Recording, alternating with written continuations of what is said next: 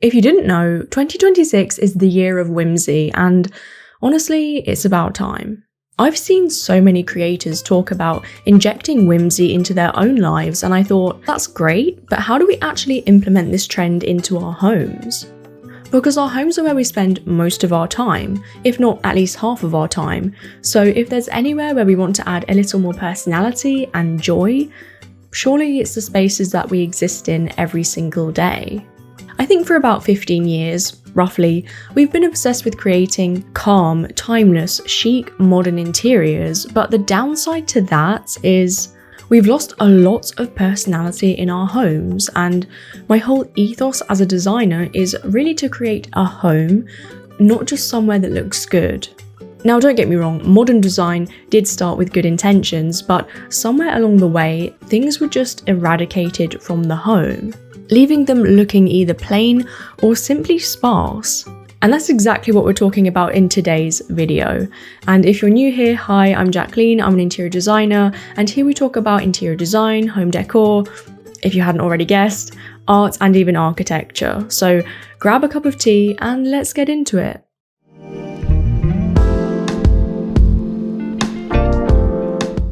So if you're looking at me like, what are you talking about? What is whimsy? What is the whimsy trend? Well, to me, how I'm interpreting it is that it's all about rejecting the mundane and adulthood to an extent as well. And it's all about adding back joy, silliness, and fun back into our lives. And I think we could all do with infusing our lives with a little bit of joy right now. Some creators are suggesting things like engaging in activities you loved as a child, like watching cartoons or playing games, or fun additions like sprinkles on food, colourful to-do lists, making thoughtful handmade gifts, wearing colourful clothing or quirky bags, playful nail art, creating miniature gardens, or going on colour walks to mindfully observe their surroundings. These are just a few suggestions, but I hope you get the idea. What does being whimsical even mean? I don't think it's just about chucking random quirky objects into your life and calling it a day. I think it's about reintroducing personality, emotion, and a sense of playfulness into our lives and, in turn, our spaces. Now, if you hate fun, you're not going to like this trend, so click off the video. Leave. But seriously, I think adding whimsy to all of our lives doesn't harm anyone, and it's just making our day-to-day lives more fun, in my opinion. This is all about letting go of the norm and honestly saying, who gives a f***?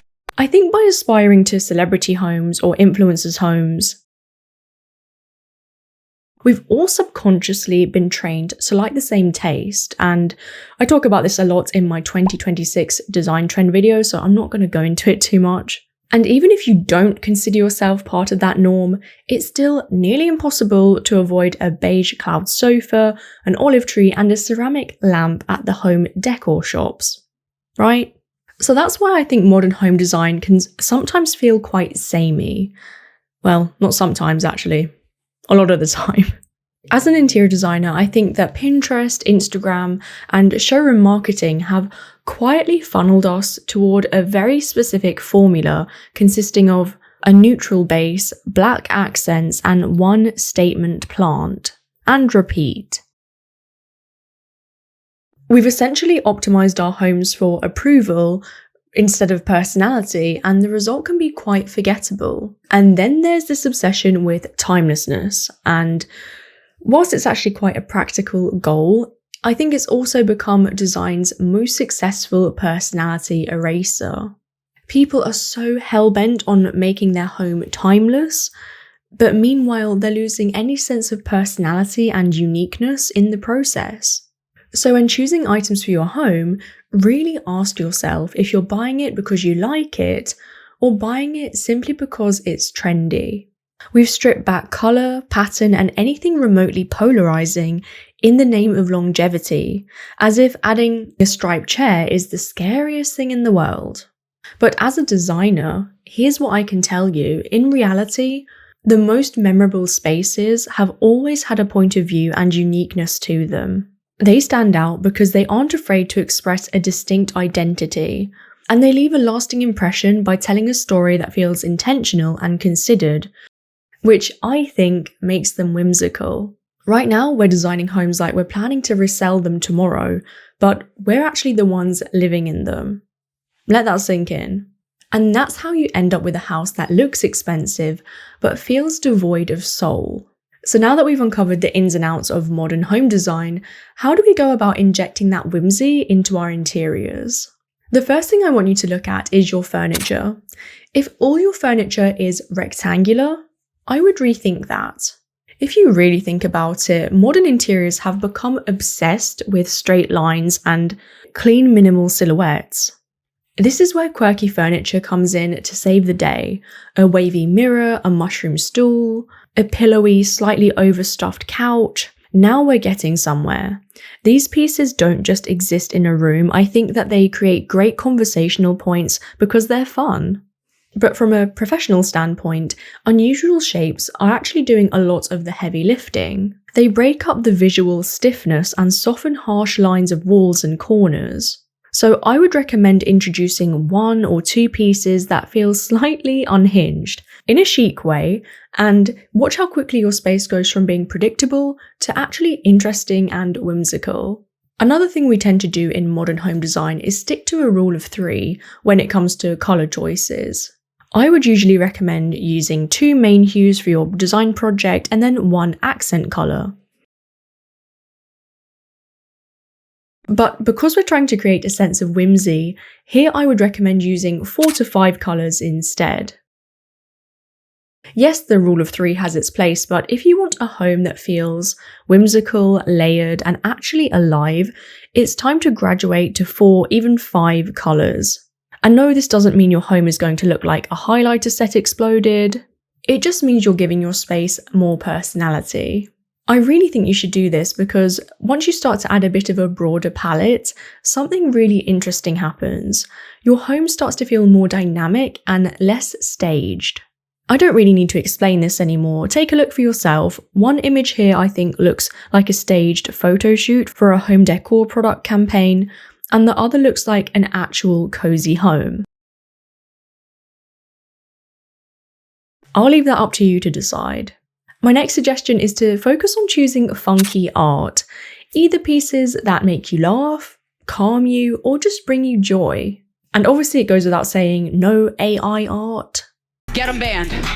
We don't do that here. Oh, now I'm pissed. Find out who that is, get 'em banned. We don't do that. Because that to me is the antithesis of anything anti-whimsical. So yeah. Choosing funky art is where you actually get to have quite a lot of fun, and you get to choose pieces where people walk into your home and are like, what is that? What is that? And I think that's pretty whimsical. I'm talking choosing artwork that either has bold colours, weird shapes, slightly chaotic compositions, and of course, art that doesn't take itself too seriously.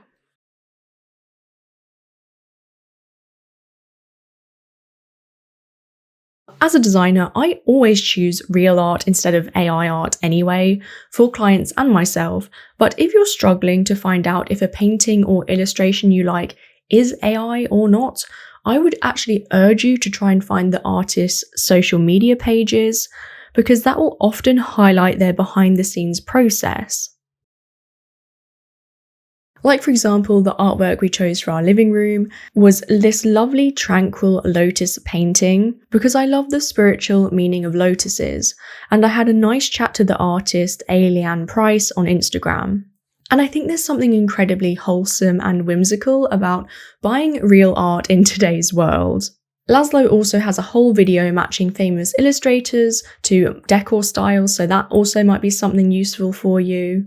Or I encourage you to go to markets and actually buy art from the artists in person. That's probably your best bet. But at the end of the day, if your wall art doesn't even make you smile, what are we even doing here? And off the back of that, my next tip is to create a pinboard for your walls. If your personality currently lives exclusively on your camera roll on your phone or on a deeply curated Pinterest board, it's time to bring them out into the real world. Creating a pinboard or mood board on your wall is one of the easiest and most underrated ways to inject instant whimsy into your space.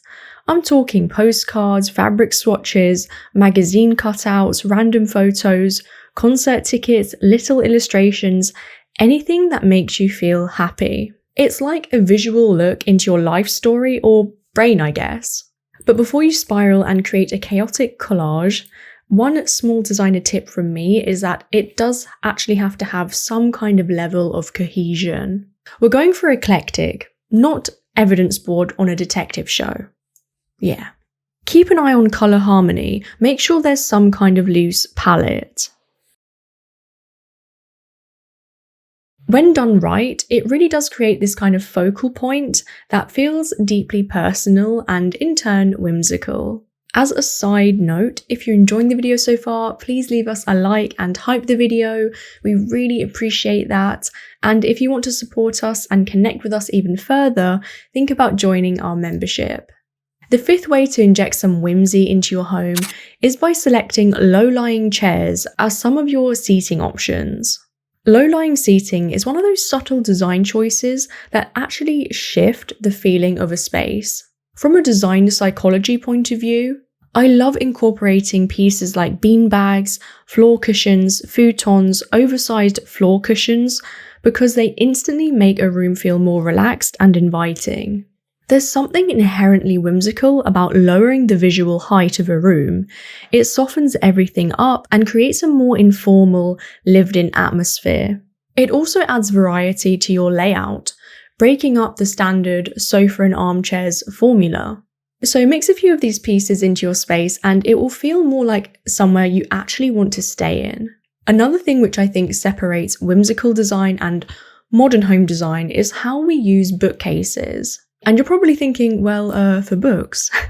Yeah, obviously. But yeah, I would actually encourage you to decorate your bookcases a lot more than you currently might be doing. As an interior designer, I would love for you to remember that our bookcases are not just for books, and it's actually the prime location to showcase personality and whimsy.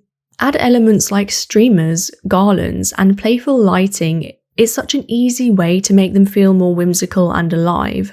A colourful lamp, especially something with a warm orange glow, instantly changes the mood, while fairy lights or draped garlands add softness and a sense of movement. I think that this transforms the space because the result is a space that feels a lot more expressive and, honestly, more enjoyable to look at on a day-to-day basis. This tip had me staring at my own bookcase in the living room, looking at my to-be-read pile. Yeah, I should be banned from buying more books this year.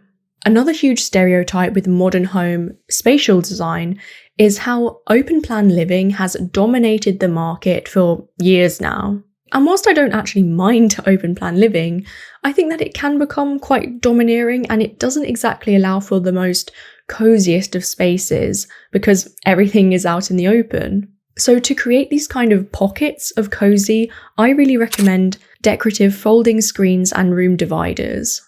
These, I think, are pieces that feel instantly whimsical but also practical. From a design perspective, they're a beautiful way of introducing pattern, colour, or texture without committing to an entire wall or renovation. And some of the patterns you can get are really whimsical. The seventh way to add more whimsy to your life is by having a bar cart, either in the living room or dining area. A bar cart is one of those small design moments that can actually have a surprisingly big impact, especially when you lean into the fun of it. I love using a bar cart, think brass, chrome, or even a bold painted finish as a mini stage for personality. Style it with colourful glassware like playful martini glasses or tinted tumblers, and lay in a few unexpected objects, maybe a quirky coaster set, a tiny lamp, or decorative knickknacks. Then it becomes something more than just functional, it's a focal point that adds sparkle and charm to the room. As a designer, I believe the most captivating spaces are those that hide unexpected moments of joy. And creating miniature worlds tucked within your shelves or cabinets is a brilliant way to achieve this enchanting effect. Whether you're craving a lush, mossy, magical garden, a bookshop scene of your bookcase, or a crisp snow-dusted mountaintop scene, these tiny dioramas act as delightful visual surprises that invite guests to pause and lean in. To elevate these vignettes from simple crafts to sophisticated design elements, pay close attention to scale and illumination. I highly recommend weaving hidden battery-operated micro-LED lights through your scene, a warm glow mimicking sunlight, or a cool blue hue for your lagoon instantly breathes life and depth into the miniature landscape. And I think these tiny worlds will make your space a lot more magical.